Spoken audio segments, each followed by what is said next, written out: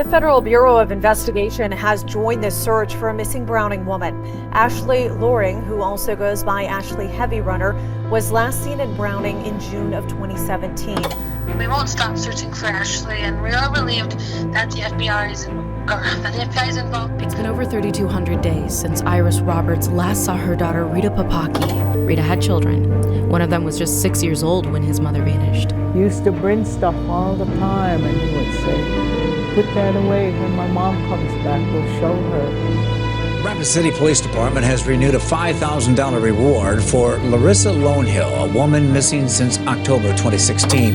And she's just really a caring person, and just like a funny person. If anybody knew her, I just miss her smile. I can't, forget that smile.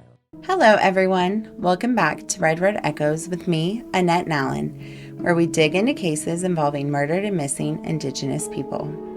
If you have been following our channel, you may have noticed we took a little break, but we are back and we plan on putting a new case out every week. If you're new here, welcome. As we have discussed, there's always a lack of coverage when it comes to cases involving the Native community. So here at Red Road Echoes, we are trying to change that. Today, we are actually going to cover 3 cases in one episode. These cases are all missing people who have not been found, and there is very little information or evidence in these cases, and it seems that each one of them have just disappeared without a trace. When law enforcement delay investigating a missing person, there may not be leads due to lack of evidence, an accurate timeline may not have been established, and when that happens, you lose out on potential witnesses. Many of these cases also just don't get media coverage as well, which needs to change. There's this saying that when an Indigenous person goes missing, they actually disappear twice. Once in life, then again in the media. There's an institutional blind spot when it comes to Native people, and let's be honest, investigations cost money. Some departments may not have the resources or may just not want to spend those resources on cases they feel are not a priority. As a Native community, we have to be louder. We have to speak louder, and we have to be seen. So join me in shedding light on these stories and giving these victims a voice.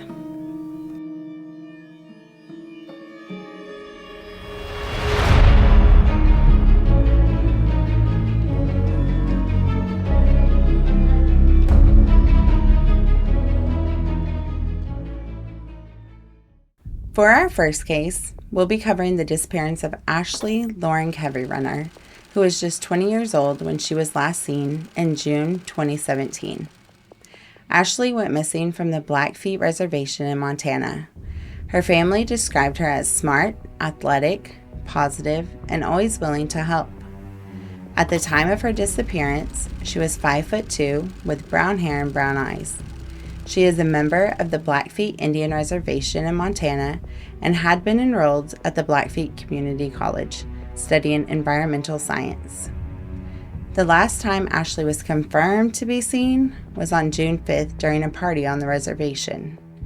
Video was taken at the party, and Ashley could be seen on that video. On June 7th, someone said they received a message from Ashley asking for a ride, but never heard back from her when they responded. Her sister Kimberly felt like no one was taking Ashley's disappearance serious and took to social media saying, "If me and my family didn't search for Ashley, I don't think anyone would be looking for her." 2 weeks after Ashley was last seen, her family received their first tip. Someone had seen a young woman running from a vehicle on US Highway 89 on the reservation. The area is known to be desolate and is surrounded by swamps and dense forests. Blackfeet law enforcement and the Bureau of Indian Affairs, or BIA, launched a 3-day search but did not find anything of significance. Throughout the investigation, it was found that Ashley had fallen in with a rough crowd and had been experimenting with drugs and alcohol. One of the people Ashley had been hanging out with was an older man named Sam McDonald. Sam McDonald was one of the last people Ashley was with before her disappearance. They discovered that after the party on June 5th, the two returned to his cabin and were together for several days. On June 11th, he told Ashley that she needed to return home. As they were driving in the direction of her house, Ashley asked him to stop on the side of the road in the reservation so that someone named V-Dog could come get her. She also asked for directions to a cabin located in the same area, and he pointed in that direction of the cabin. McDonald claims he then fell asleep in the car, and when he awoke, Ashley was nowhere to be seen. After looking around for her, he assumed she had gotten a ride with V-Dog, and he went back home. Throughout the investigation, it was determined that V-Dog was the nickname of Paul Valenzuela. Paul was in his 50s, had a very lengthy criminal record, and was actually married to Ashley and Kimberly's cousin, Tashina Running Crane, whose nickname was T. Ashley's family claims that Ashley and Paul were seeing each other before her disappearance. A month after Ashley was last seen, Paul filed for divorce from T, who said she didn't even know about their relationship until the disappearance. T also told investigators that her and Paul were in Seattle around the time Ashley went missing, but on June 11th, Paul had gone back to the reservation on his own. She had told Kimberly that Paul picked up Ashley and gave her a ride to another town, but when Paul was confronted by Kimberly about this, he claimed that she had been misinformed by T and he had never given Ashley a ride. During a search around Sam McDonald's property, a tattered gray sweater and a pair of red-stained boots were found, both appearing to be in Ashley's size. The items were turned over to the BIA, but unfortunately, no testing was done at the time as the BIA allegedly misplaced the items. The FBI, who later joined the case, ended up recovering those items, but no results were ever publicly revealed. To date, police have not named anyone as a suspect in this case, and no arrests have been made. Kimberly Loring ended up testifying to Senate members about her sister's disappearance and the mismanagement of evidence she witnessed from law enforcement in her sister's case. Quote, "From the beginning, both the Blackfeet tribal law enforcement and the Bureau of Indian Affairs have ignored the dire situation that Ashley is in and have allowed the investigation to be handled in a dysfunctional manner. This isn't just a reality for our family, but a reality for many murdered and missing Indigenous women's families." Unquote. There is currently a $50,000 reward offered by Tenderfoot TV, who did a very thorough podcast investigation into Ashley's case. The BIA is also offering $10,000, while the Blackfeet Tribal Business Council has offered $5,000 for any information on Ashley's whereabouts. If you have any information regarding this case, please contact the Browning Police Department at 406-338-4000. Someone out there knows something, and Ashley's family needs answers.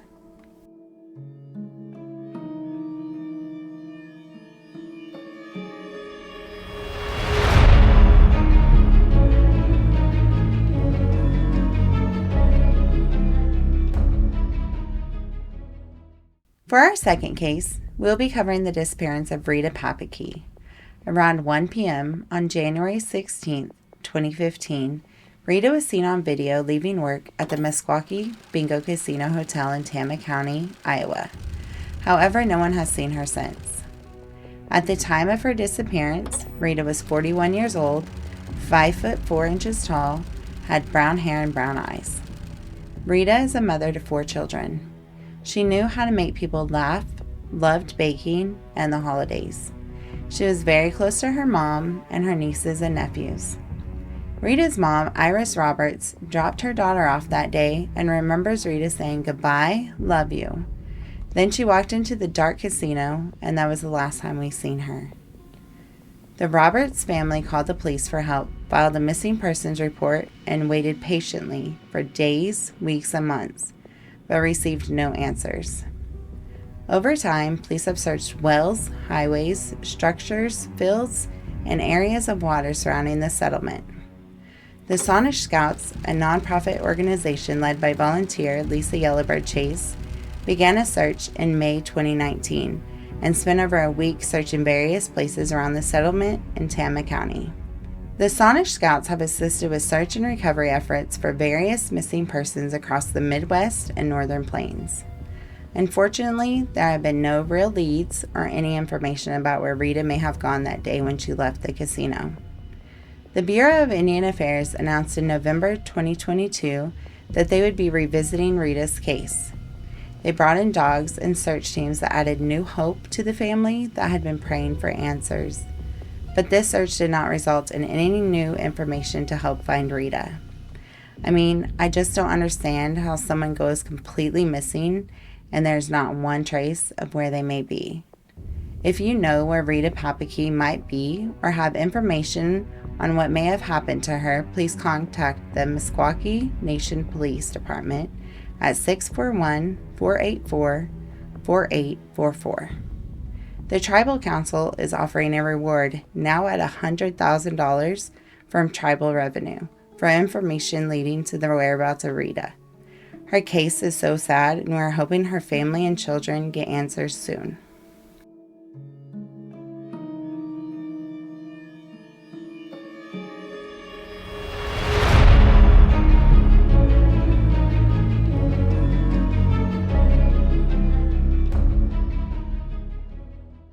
For our last case, we'll be covering the disappearance of a young mother who was dropped off at a party and has never been seen again. Larissa Lone Hill, a member of the Lakota tribe, lived in Manderson, South Dakota on the Pine Ridge Reservation.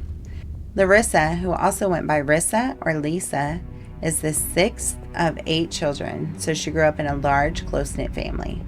She also had a young daughter that she was very proud of. At the time of her disappearance, Larissa was 21 years old. She had brown hair and brown eyes and stood about 5'3". On October 3rd, 2016, Larissa texted her cousin to say she was going to the Rushmore Mall in Rapid City, South Dakota, with 2 male friends from the Pine Ridge Indian Reservation. A few days later, when the family had not heard from her, her brother reported her as missing. Police did not officially announce her missing persons case until 6 months later, which I have no idea why it took that long. One of the men that Larissa was with on the day she was last seen claimed that he dropped her off at a party. Larissa has not been seen or heard from since. Law enforcement is intentionally holding back certain aspects of the case, but they have stated they have reason to believe Larissa was murdered and that her body may be up to 100 miles outside of Rapid City. However, her remains have never been found. Larissa's mother, Lissa Lonehill, did an interview saying, "I miss my daughter every day. We are hopeful that we will be able to find her, and I hope and pray that somebody finds it in their heart to come forward to tell the police where she is." There is not much information out there about what may have happened to Larissa, but someone has to know something. There is currently a reward of $5,000 for information leading to the whereabouts of Larissa, so anyone with information can contact the Rapid City Police Department at 605-394-4134. I know this episode was a little longer than usual, and I appreciate you guys hanging out with me today. It is so important that these stories are shared so these families can get answers. I can't imagine going days, months, and even years without knowing what happened to my child or my sister or my mother, and my heart just really goes out to these families. Thank you so much for joining me today, and if you appreciate this coverage, please subscribe, share, and turn on your notifications so you'll be notified when a new video is posted. You can follow us on Instagram and Facebook at Red Road Echoes. Stay safe, cherish your loved ones, and have a great day.